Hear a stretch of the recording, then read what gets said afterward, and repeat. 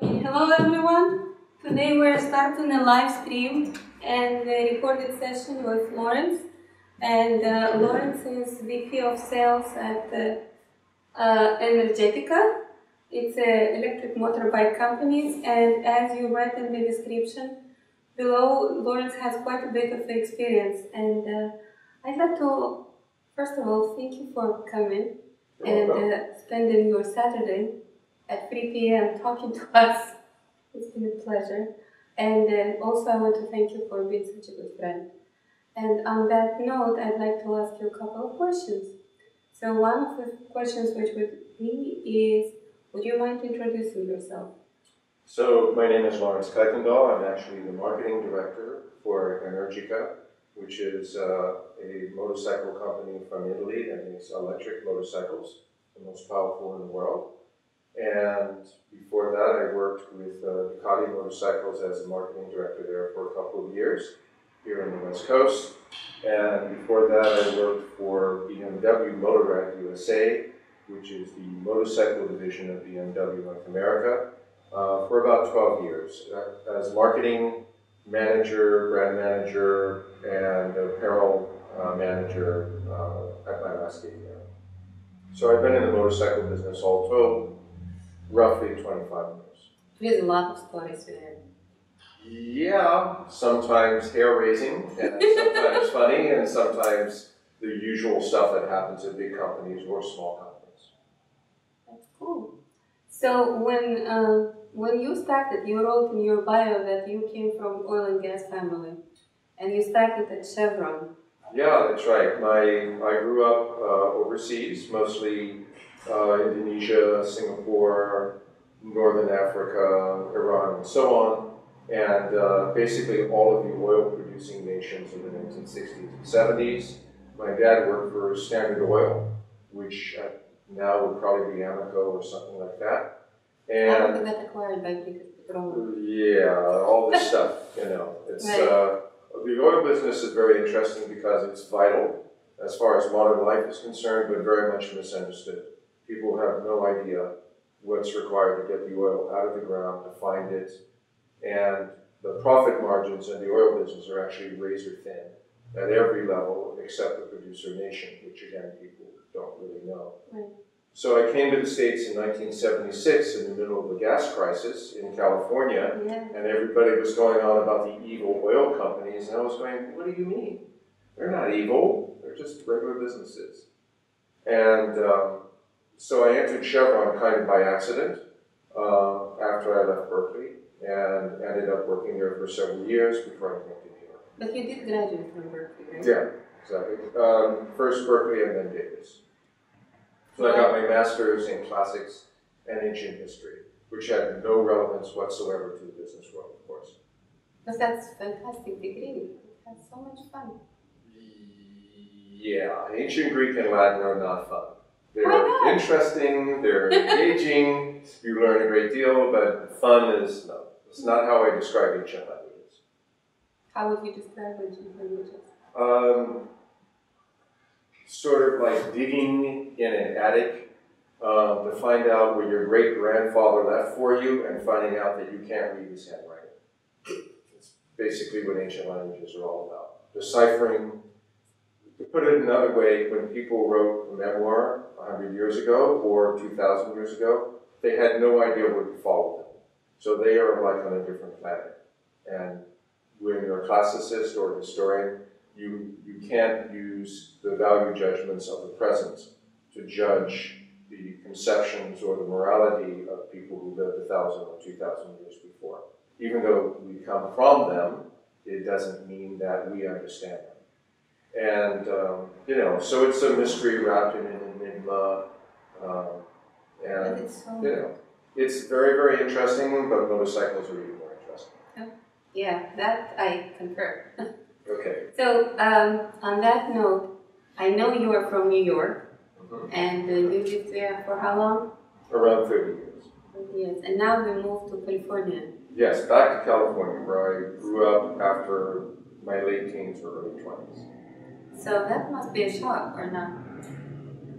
Well, one reason I left California is that I was bored and I wanted to be in a place that was exciting. So I had to adjust to being in a place that was not as exciting as New York, but a lot easier to live in, at least if you're a motorcyclist. New York City has become very anti-motorcycle. Why?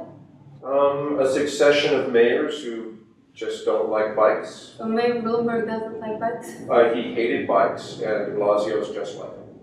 Giuliani, although he was a hard law and order type, didn't really have anything against motorcycles as such, but the other two do. And anybody who's still there will tell you that it's become more and more difficult to ride motorcycles in that area. That's so cool. Or not so much. No, it's not cool. It's, it is, unfortunately, it's sort of a bit of a prejudice against motorcyclists because of some big incidents that were in the news. But also, I think the idea that there are people out there who can be a little bit more free. And that's a stigma, maybe. That's a stigma for them. They want people to do as they're told. Mm-hmm. And motorcycles being about freedom are about not necessarily doing as you're told. Yeah, and in my mind, the guy on the motorcycle is like a free spirit which could arrive into the desert. I agree, and that's why, as we used to say when I was young, a bike is a great way to meet a independent-minded young lady. And now, of course, more young ladies are riding than ever before, which is even better. Oh, really? That's yeah, nice. yeah. The highest percentile of ridership growing right now is from female and women riders. And that's happening in a declining market, so it's become even more important for the industry at least. Interesting. So that's actually an excellent comment. So you moved to California and you joined Energica. Right? No, I actually, at the end of 2015, I moved to California to join Ducati, which is based, at that time, was based in Cupertino, the Maryland Mountain View. Okay. And they moved there from the East Coast about a decade or so before, precisely to be in the heart of Silicon Valley where all the new tech is going on, and have a different perspective. And I think it probably succeeded for the company, and I was very excited to join it. It's a great company. Ducati? Mm-hmm. So when did you join Energica? So I left Ducati after 2 years, and I freelanced for about 4 or 5 months. And I went to take a demo ride on the bikes, on the electric bikes, at their dealer in Mountain View called Cal Motor. And I walked in basically just to say hello. They insisted I take a demo ride. I went on 280 and I hit 125 miles an hour without realizing it. And I was immediately hooked. So I rode up to Alice's, came back down, they put me on another bike. I did the same route again, up Page Mill Road. It was fantastic. And I was hooked. And over time, I started doing some freelance work with the company, which is very, very familiar to anybody who lives in Silicon Valley. You never start with a company anymore. You work freelance, and if they like you, then they hire you, and that's what happened. Right. So I've been with the company just about 3 or 4 months. So what do you think about it? So this is a US-based company, or is it also Italian? It's based in Italy, in Modena, which is in the heart of the Motor Valley, which is sort of the section of, I think it's the Route 66 in Detroit, all wrapped into one. Ferrari is right down the street, Lamborghini, Maserati, all of the heavy car and motorcycle companies in Italy are in the Motor Valley. So everything is made in Italy, and our office in Redwood City is basically to distribute to the US market. So on that note, the next question which I think would be relevant is, how big is the market? Well, I know that the electric cars are becoming in vogue. I mean, it's fashionable to have a Tesla, it's fashionable to have an electric car, it's fashionable to win, but I still have doubts how I can drive from Silicon Valley all the way to San Diego on an electric car. Well, it's we call it range anxiety. So sort of answer your question, the electric car market hit about 2% of the market just in the last couple of months, which is a bellwether, if you will, for the electric car market in the US. But in motorcycles, electric is a much smaller market. It's less than 1/4 of 1% of motorcycle sales. So in 2017, less than 500,000 street motorcycles were sold, and maybe 2,000 of those were electric, probably less. So the result is that the popularity of the electric with the car side is really much in, you might say it really lags on the motorcycle side. And range anxiety is the common reason.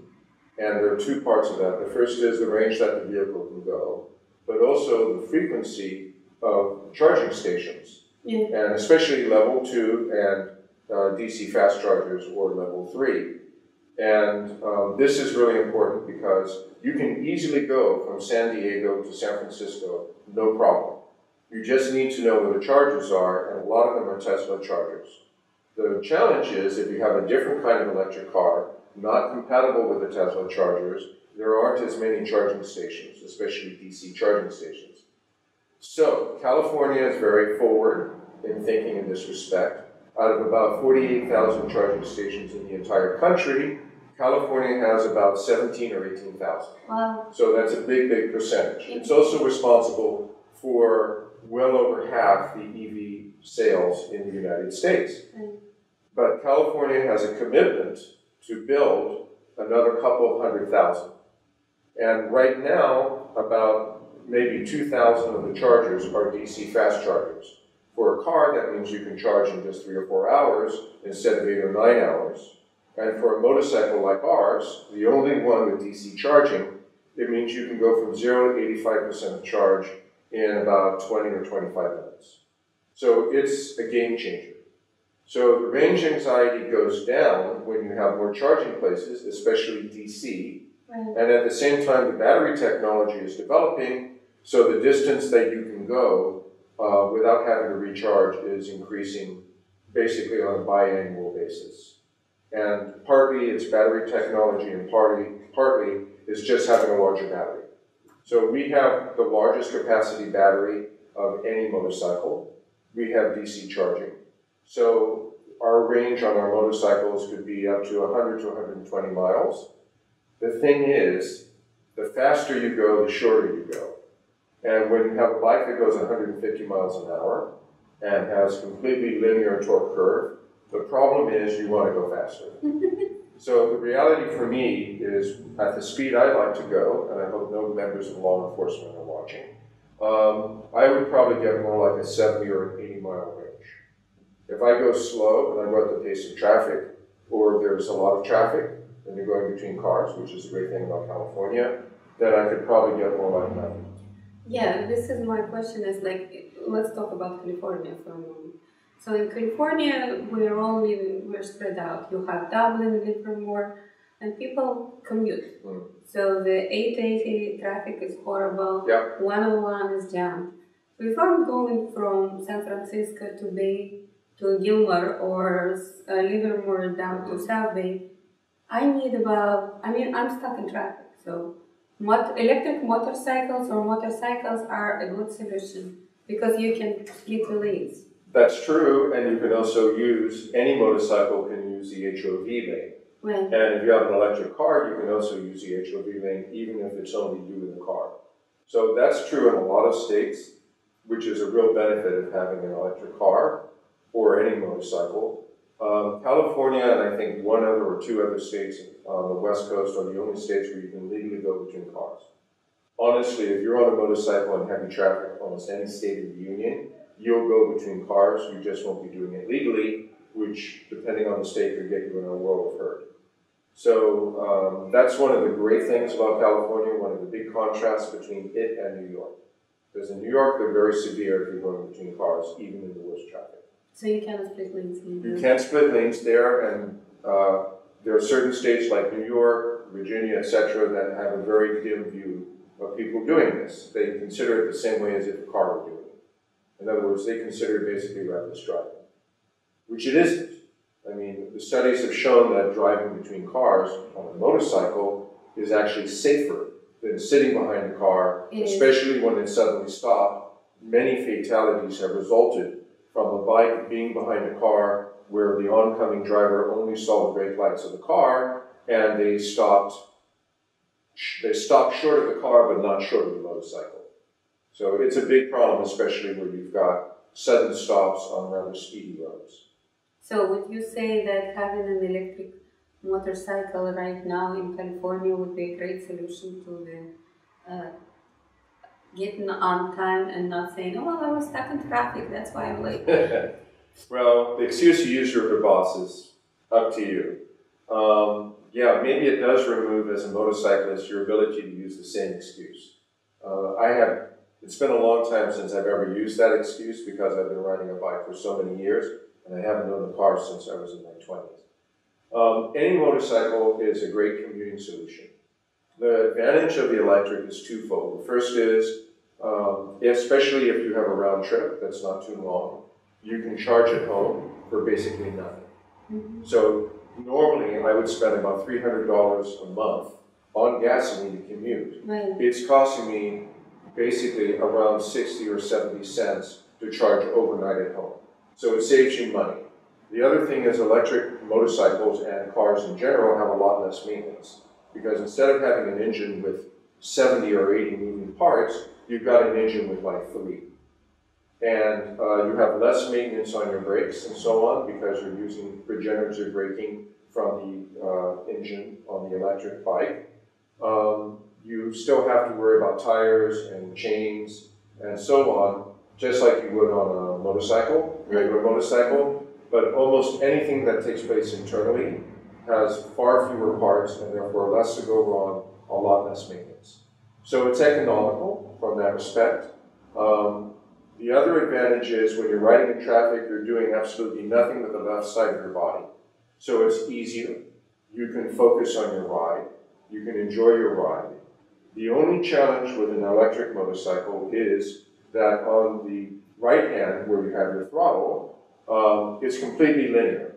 You're not shifting gears. So you have less, you might say, mechanical awareness of the speed that you're doing, because it's basically from your brain to your wrist.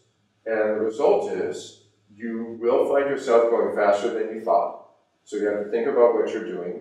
And you will enjoy your ride a lot more because it's less complicated, but at the same time, you are more responsible. You have to be responsible for your actions. So it's much more direct, and if you ride electric, you get hooked. So I've got 3 other motorcycles. I ride them basically a little bit on the weekends, but the one electric bike that I have has basically taken over most of my riding, and the other bikes are basically museum, they're not museum pieces, but they're there to be admired and to be gawked at, but they're not really as much. What kind of bike do you have? Well, sport bikes mostly. So I've been a BMW guy for a long time. I had a Ducati, which I sold, but I've got an S1000RR, which is the fastest BMW and probably the best of the leader bikes. Very, very fast. I've done almost 200 miles an hour on that bike on public roads, but that was on the other coast. These CHP don't go looking for me. The other bike is an S1000 R1200S, which is a twin sport bike, not as speedy by any means, but a lot of character, as all twins have. And the last one is an Airhead, which is an old BMW R100CS from '83, and that is sort of the wedding bike. My wife and I got married on the streets of New York, and so we rode that bike. I rode the bike to the wedding in the street, and then we rode together off the bike, got home, and my wife's wedding dress caught on fire on the exhaust. Oh, God. Yes, it's okay, she's fine. It wasn't like great expectations or anything. So, at any rate, I like all motorcycles, and when you ride electric, it doesn't mean you don't like ICE bikes. You can have both, and I will continue to have both. Next thing. So, you mentioned that in the technology world, having an electric bike in California makes sense. Otherwise, I mean, in comparison to other states, and Italy has, I know from experience, that Italy has one of the greatest technologies when it comes to development in electric cars, That's right. Motor vehicles, and overall battery life. I mean, they have the most of the innovation. Even if I compare it to Silicon Valley, they have the most advanced breakthroughs from what I've seen so far. What do you think would Silicon Valley can learn from Italy when it comes to technology, innovation, and electric vehicles? So, you know, Italy is very interesting. It has all of the challenges we read about as a member of the European, you know, economic community or whatever. But at the same time, it has extraordinary creativity, amazing design, and it has a very, very intensive engineering heritage. And I think one reason for this is that Italians just like to go fast. You know, they'll take a scooter and they'll soup it up and they'll put all the power they can into it when they're still teenagers. And they were racing scooters in the 1940s off-road almost as soon as the scooter had been invented. So Italy is really, it has a lot of vitality. It loves velocity, it loves racing. Italians are obsessed with Formula One and with MotoGP. So you've got an engineering heritage that's high technology, but it's also wedded to the idea of doing something that's active, that's in the outdoors. So Silicon Valley, from what I've seen, there's a lot of development in computers, and you might say almost the stuff that happens in the office, and entertainment, and the phone, and everything else. But I think it could do more with developing that technology for people to enjoy the outdoors. And I know we've seen like Scoot, and we've seen companies that do the skateboards and the electric bicycles and stuff. But you know, Italy really shines when it comes to motor transport and technology that allows you to go faster and, you know, in the wide world. So I think that there's an opportunity for a merge of the high technology when it comes to, you know, computers and artificial intelligence and all of that with the motor technology that's developed in Italy from Ferrari and other companies that basically have a tradition of pushing, you might say, traditional motor technology to its absolute limit. And Energica is the company that comes out of that, where CRP Group is our parent company, and they do components for Ferrari and for other Formula One racing teams and for NASCAR, yeah. So they actually do CNC machining. They have a patented type of production, which is kind of like carbon fiber, if you will, called WindForm. And they use that technology to produce racing parts for all of the major Italian and, for that matter, American racing companies and so on. So that's the kind of technology and development that went into Energica from the beginning. And as far as electric battery technology and so on, there are a lot of people working on that because we know electric is the future. Right. But again, the virtue that an Italian company like Energica brings is we like to go fast. So you can have a battery that allows you to get from point A to point B, and there are companies that are great at that are basically commuter motorcycles, electric, or commuter bicycles all over the place. That is really the future for urban transportation, especially in the megalopolis, you know, the giant cities like the Sao Paulos and so on. But for us, it's about sport. So yes, you can commute on our bikes, but the thing is you can also go out on our bikes and go bloody fast in the way that no other electric motorcycle allows you to do. And so we are a race bike brought to the street.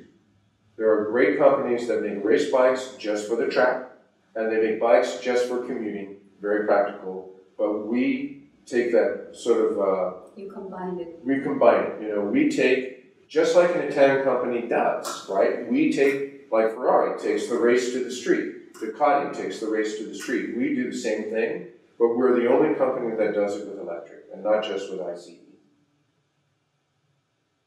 So that brings another question. So we just talked about the Italians and how they love the need for speed. But when you live in New York for 40 years, you move to Silicon Valley, you see, like you mentioned, you're right, it's mostly office-focused technologies and breakthroughs. And then you're bringing this concept of the Italian speed racing and outdoors. So what would be the aha moments in the industry and your view to these aha moments? Even for Energica, coming to US, coming to Silicon Valley was a big step, right? For sure.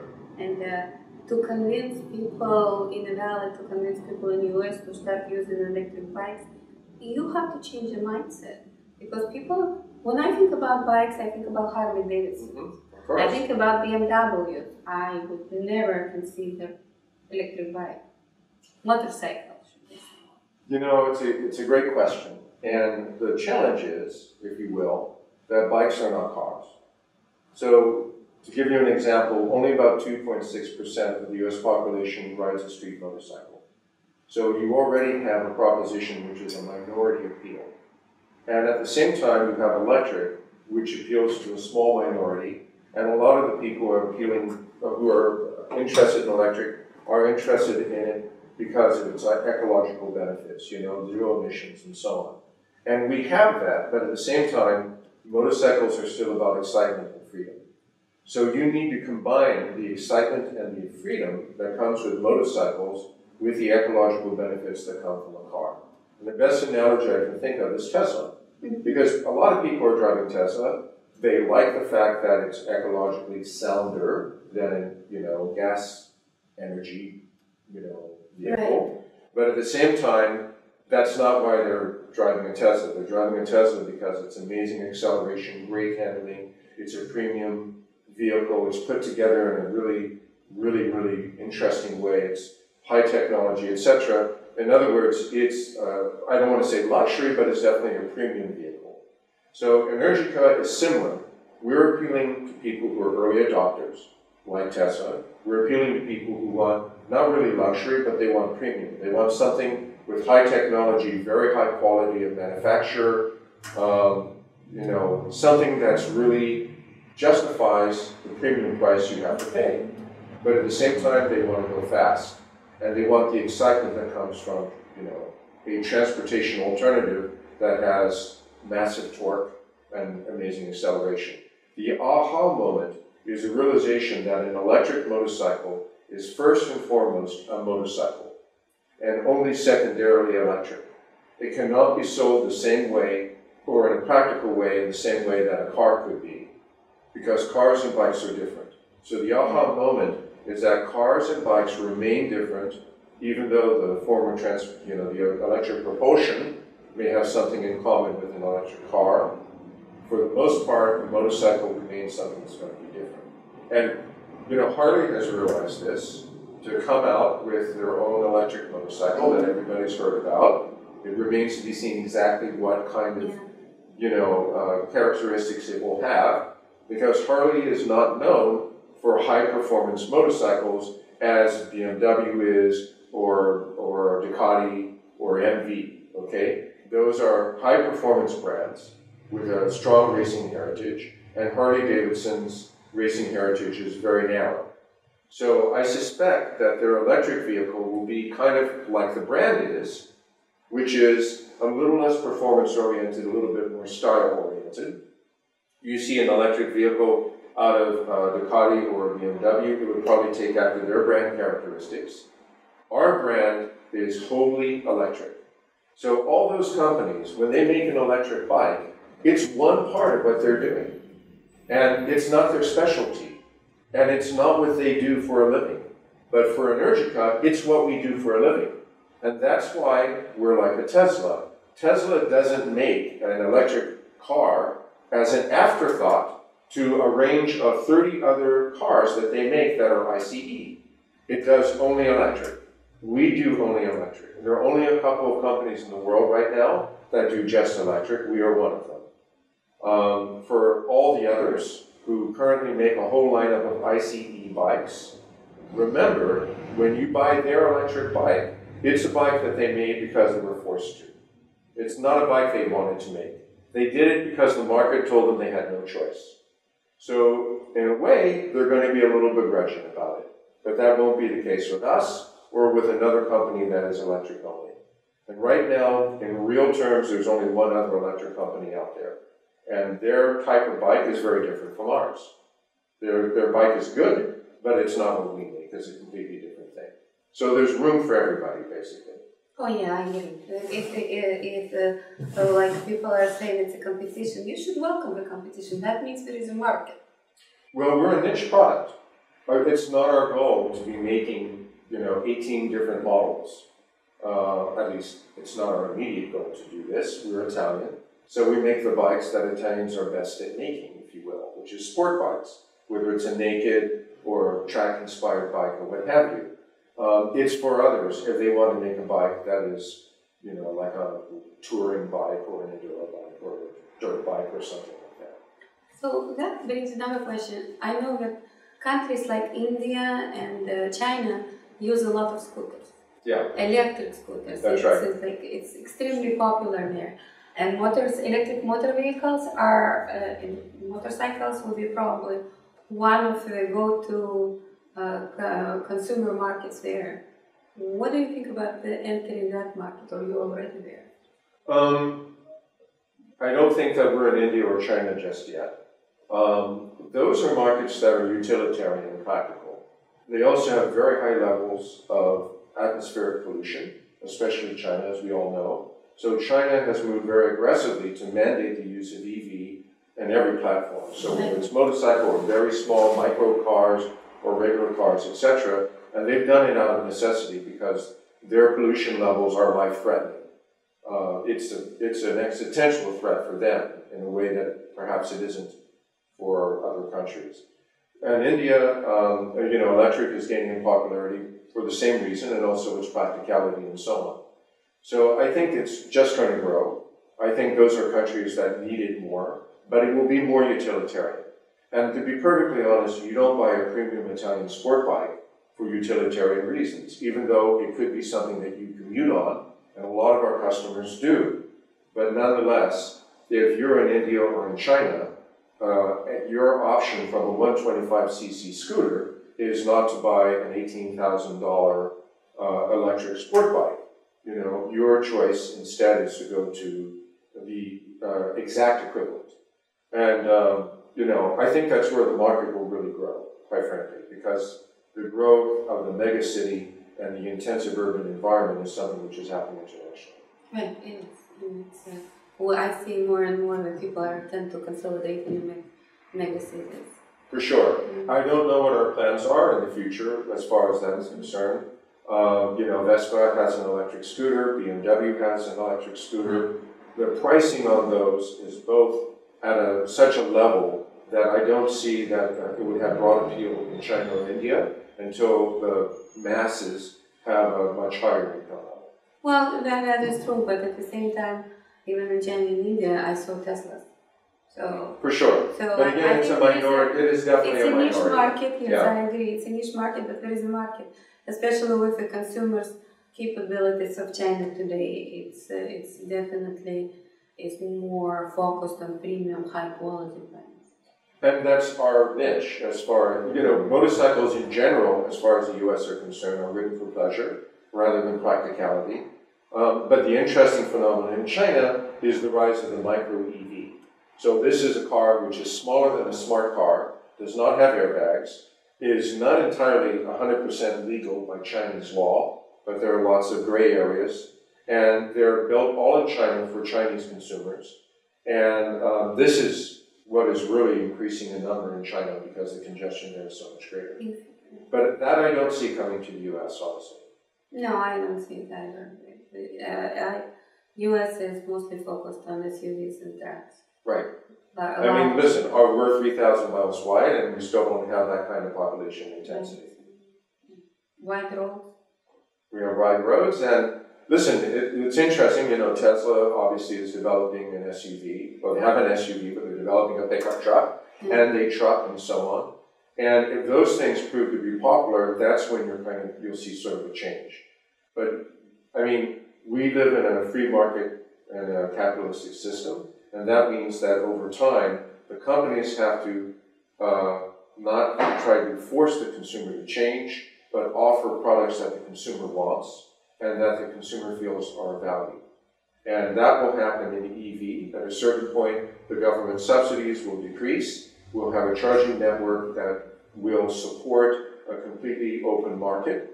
And that's when you'll really see the most exciting technologies develop, because it'll be something that develops purely out of a free market and not necessarily out of a scenario which right now has been governments encouraging or even mandating the development of EV. At a certain point, they will no longer need to do that. Interesting. That's very interesting.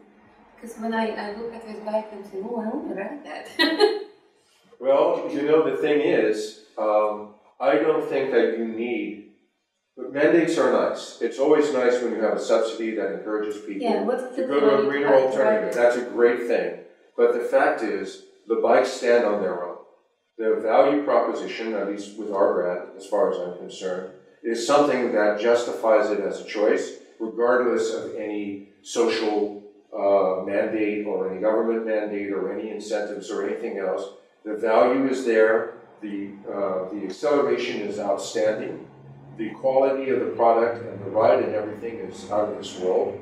So it justifies it, quite apart from any political dimension or any larger economic dimension, purely as a product of an avid rider. So to ride this bike, it is important to be an avid rider, to be an experienced rider. Our bikes are sport bikes. They're Italian sport bikes. And so I would recommend anybody coming as a first-time rider to learn how to ride a regular motorcycle. How heavy and to they're like over 500, 600 pounds. Wow. Well, you understand that all electric vehicles, cars or bikes, are heavier, you know, in terms of power delivery, because the battery is heavy. But to give you an example, our bike may weigh around 600 pounds, but it delivers more torque than any other motorcycle, period. Full stop. So the torque-to-weight ratio is far and away superior to any other electric vehicle, in our particular case, or any other ICE motorcycle. So if you look at touring bikes, or the Hayabusa, or even the Triumph Rocket 3, which weighs a lot more than our bike and makes a great deal of torque, but ours is still superior in performance. And this is what electric brings. But what an Italian company can bring to the use of that kind of power is even, how would you say, more pronounced. Interesting. You know what, when we were talking about these bikes, I remember there was this guy, I think it's Gary Vaynerchuk, on a stage who said, and it was a conversation about self-driving cars. So self-driving cars, so someone said that the last driver of the real car has been already born. I hope not. So that was announced on stage, and so we're moving towards the era of self-driving cars. You see the self-driving cars in Mountain View, I saw them in Vegas, I saw them in Arizona. I see the self-driving cars. And with that, right, as riders, we all learn how to drive by the age of 16, or my daughter still is learning how to drive and she's 19. But in our age, you need to have a driver's skills, right? And then you need to learn how to ride motorcycles or vice versa. So if we have a self-driving cars, the desire to drive a motorcycle, is it going to go up? Is it going to go down? Or, I mean, why would I drive a motorcycle if I have a self-driving car? What does it give to me? Do I want to do it, or is it I still have a control? And do I have the skills to do it? I mean, if the guy is just born and he's the last one off the air, it's like a horseback riding in the back in the day. Okay, well, that's a hell of a question. I know, but it's fun, right? The first is, I hope he's wrong, because he has no idea what he's talking about. And this is why. I'm not talking about technology, I'm talking about the experience. First of all, if you ride a motorcycle, you will become addicted to it. And riding a motorcycle is so far different from riding a normal car that, let's put it this way, if he'd ever ridden a motorcycle, he wouldn't have said something so amazingly ignorant. However, the reason why motorcycles will always be with this is because motorcycles are not a mode of transportation. Now, there will be many places where people, once they have a different form of transportation, just like when they were able to buy a car, they got rid of the bike, because the bike was just transportation. But in our country, and in developed countries, where people have the freedom and where they have the wherewithal to own a motorcycle with a little bit more power that they can take out and they can enjoy, nothing can replace that. The second thing is, even when it comes to cars, there are so many challenges with 5G technology, with the legal issues involved with self-driving cars, and we've seen this already. When a person driving a car crashes, that person is responsible. It doesn't call into question every single model of that car unless it had something to do with the technology. But when something goes wrong with a self-driving car, every single self-driving car made by that manufacturer of that model, etc., must be grounded immediately. It's like when a plane goes down. Now, it may be safer, but we live in a world where the enjoyment of life involves a certain amount of risk. I think that it would be like, the Eloi, the science fiction, where people no longer strive to do anything. So the Murdochs come out of the underground and they eat the Eloi, right? And that old British H.G. Wells novel, The Time Machine. Yes.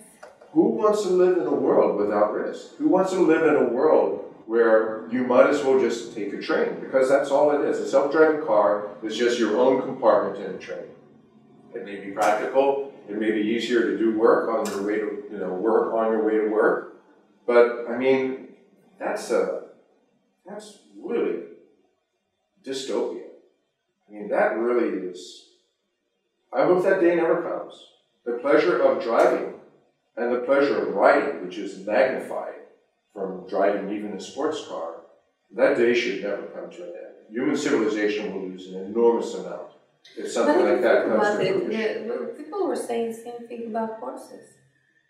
Well, people still ride horses. They do, but only the thing is, you can get more excitement out of riding a vehicle that has 120 horses, okay? But a self-driving car is not adding to the excitement. It's not a horse on wheels that goes 200 miles an hour, okay? It's something that goes slower. It's something in which you have even less autonomy, where there's less risk. A motorcycle would tend to be more risky than a horse. Mm-hmm. Horses are still a little unpredictable, speaking as somebody who's been kicked and thrown and bitten by horses many times when I was younger. But the point is, when you have a new technology that allows you to experience life to a deeper degree, and maybe adds a bit of risk, but it's chosen risk, like skiing downhill, I mean, what would it be like if the only kind of skiing you could do was on the bunny slope? Well, and for your own safety, you couldn't take the Black Diamond anymore. That's what we're talking about. We're talking about taking away excitement and joy out of life. Now, if it's a choice and you can take a self-driving car or you can take your Ferrari out on a nice country road and go as fast as you want, okay, maybe. But unfortunately, technology has a way of developing into something that becomes mandatory instead of discretionary. So I'm a little leery. As a motorcyclist, I would already be leery of any mandate to tell me to do anything because I ride bikes, I love freedom. I don't want the whole world to turn into New York City, where the bars may stay open until 4 o'clock in the morning, but they stop you at bridges and tunnels in the summer in the middle of the day to check your ID just because you're a motorcyclist, okay? That's not my idea of a good future. Sorry, Silicon Valley. No, that's okay. I think it's an opinion. Actually, what you said resonated with what I've heard in Europe. When I was talking about self-driving cars, I said, what self-driving cars? I don't need a self-driving car. I want to control my car. I agree. And if a European can feel that way, you can imagine how Americans, who, 200 years ago fought a war with a foreign country to be free, England, for those of you who didn't study your history, why do you want to impose on yourself a form of tyranny that you fought a war to prevent? I mean, we're getting into political territory here, but the ICE, and versus the EV, you can go with the EV because it is, in fact, even more exciting in many, many respects. But to go to self-driving as opposed to self-directed, I find it to be a more questionable proposition in terms of individual freedom. Interesting. That's an interesting opinion. I want to go back to your personal experience. I know you drove in Africa, you drove in I don't know, how many countries did you drove in? Did you ever count? No. When we do a vacation or something, we always try to go to a place we haven't been. And my wife sort of decides exact kind of where we're going and what hotels we'll stay at and so on. And I acquiesce so long as we get to take a bike. So we've been to South Africa, which meant Mozambique and a couple of other sort of country that's in the area, and most of Europe, which is very motorcycle friendly in general. In the UK, Scotland, we got engaged in Scotland on a motorcycle too, and a large part of the United States and so on. But a couple of places I would love to go, like Mongolia. How great it would be to ride a horse in Mongolia and ride a dirt bike. Maybe the horse first. I don't know, I'm not sure which is more dangerous, so we just have to see. So that's like a bucket list thing. New Zealand, you know, the land of Lord of the Rings. How cool would that be on a motorcycle? I've had friends who've done that. I really would like to. And I haven't really seen as many states in the, you know, the Union that I would like to do as well.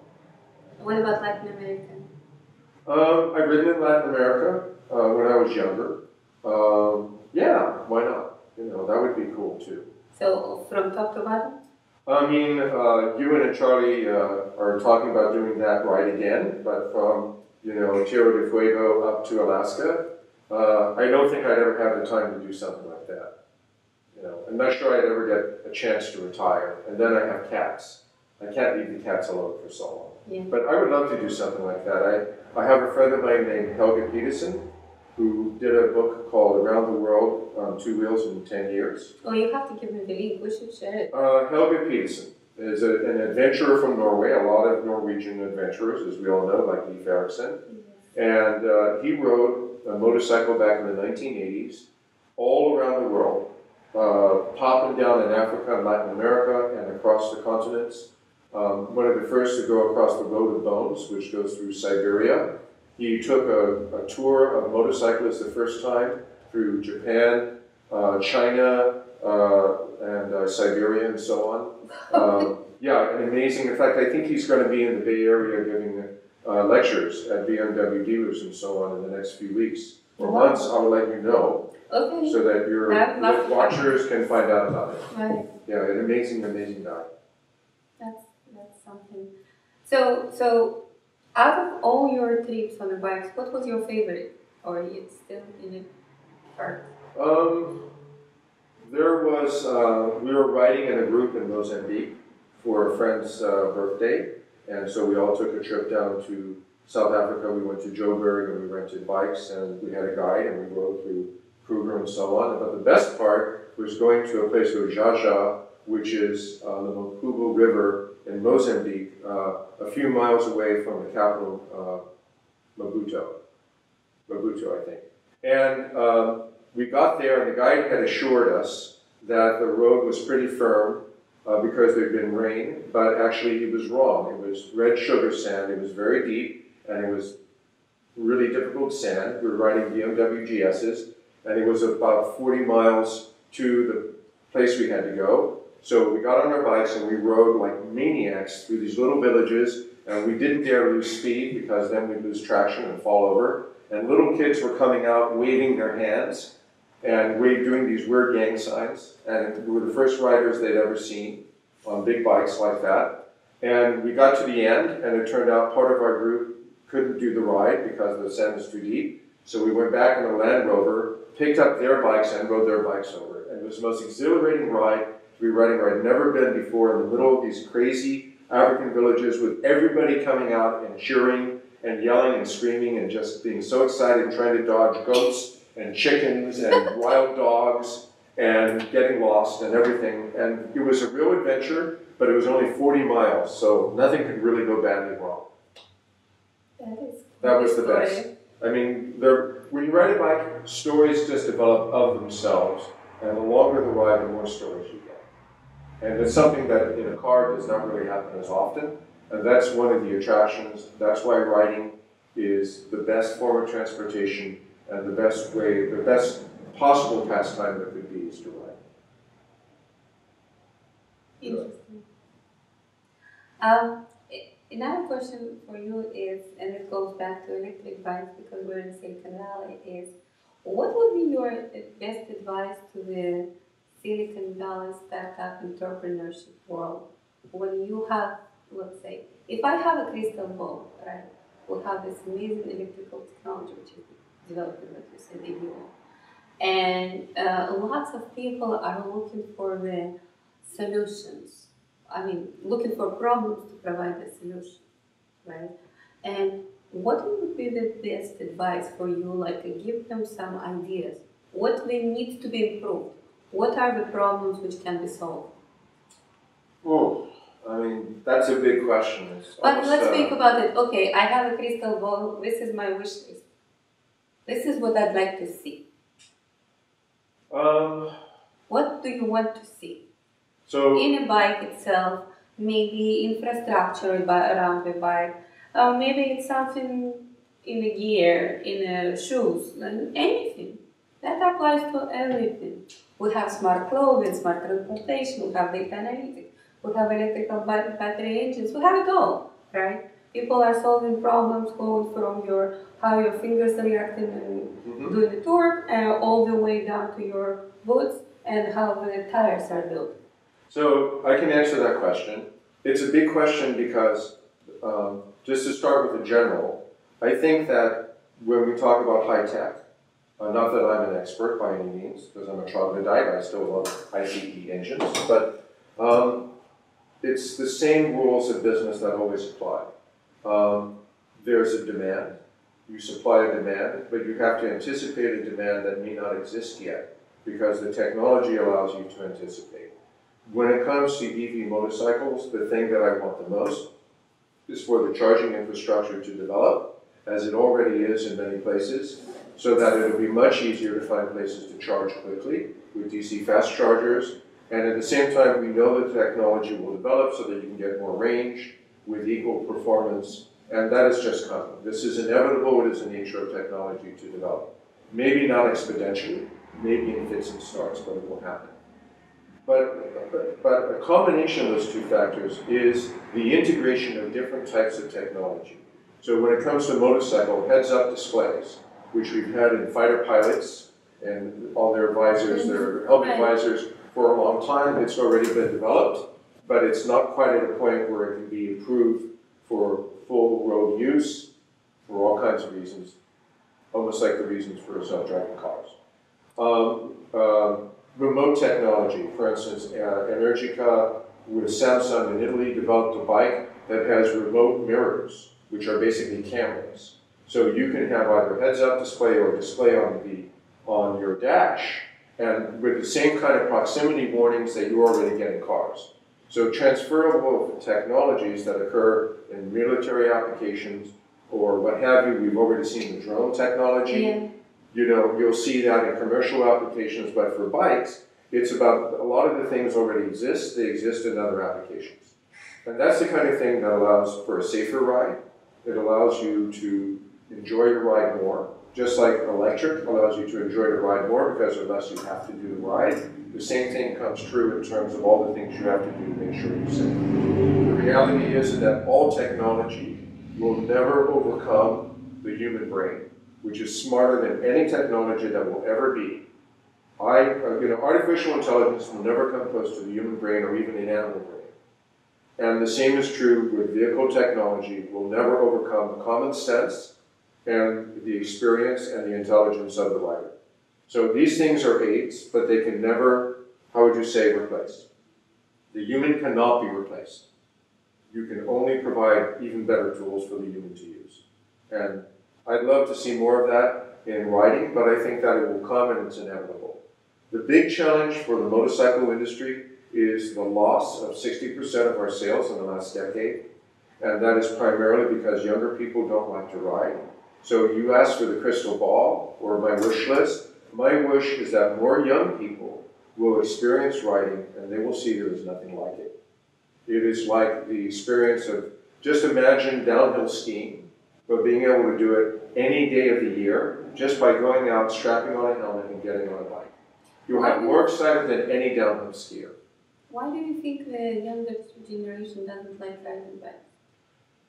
I think part of it is that there's never been a defining social thing like Easy Rider or the Wild Ones. There's been no sort of cultural thing that has shown the value or the experience that you get from riding it's or like how it builds your character. character. Skateboarding, right?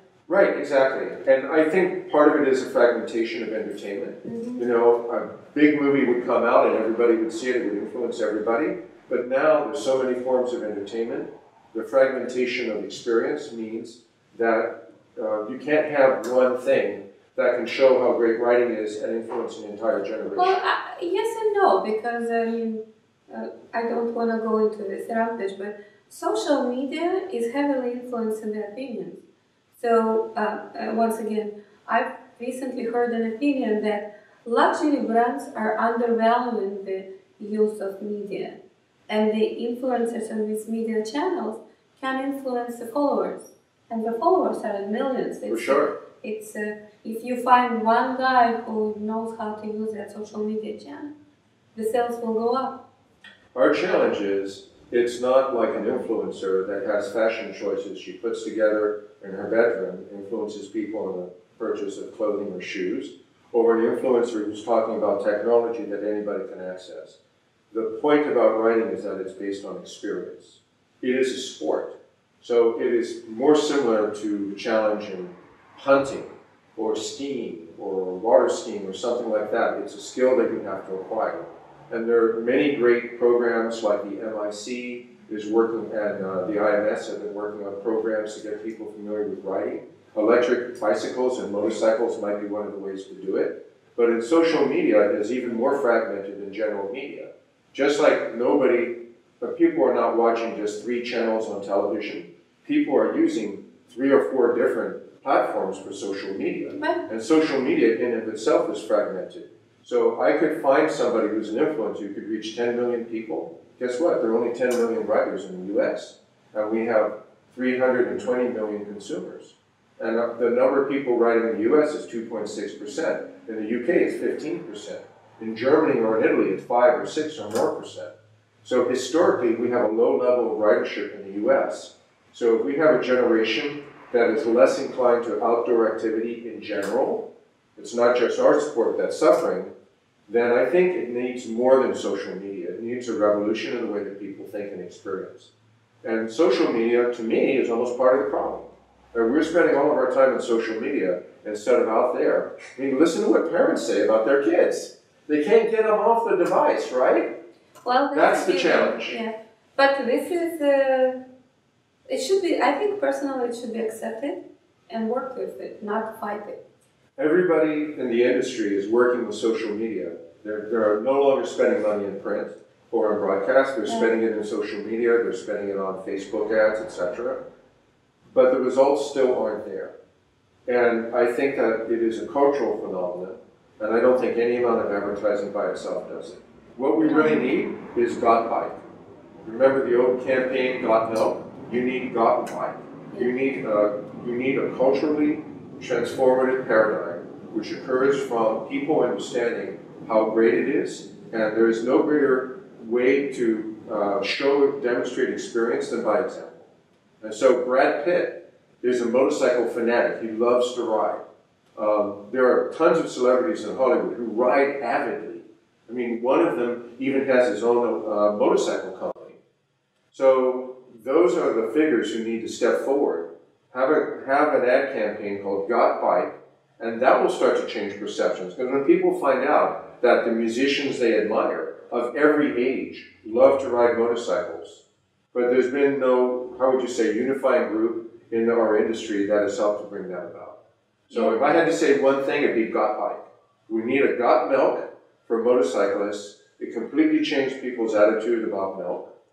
Of course, everybody needs to drink something, you know, but the motorcycles are not quite the same. But, you know, I'm an evangelist, I'm a missionary, and just like, you know, one of our world religions started with like 1 guy and 12 followers, I believe that we can certainly reverse the decline in our sport, which after all, in this country alone has roughly 10 million devotees. So if every person went out and convinced 1 more person to get a bike and to start riding, our problems would be over overnight. And we need more of a missionary spirit. And, you know, I'm doing my best. I want all of my friends who ride bikes to do exactly the same thing. There you go. So I don't even care if you don't buy one of our bikes. It's okay. Any bike is good. All bikes are good. Got bike, viral campaign. To paraphrase George Orwell, George Orwell, two wheels good, four wheels bad. Yay! Okay, so final notes. What do you think we should give as a message? Got bike? Yeah, got bike. Yeah. There you go. On that note... Or get bike. Get bike, okay. Yeah. Get bike.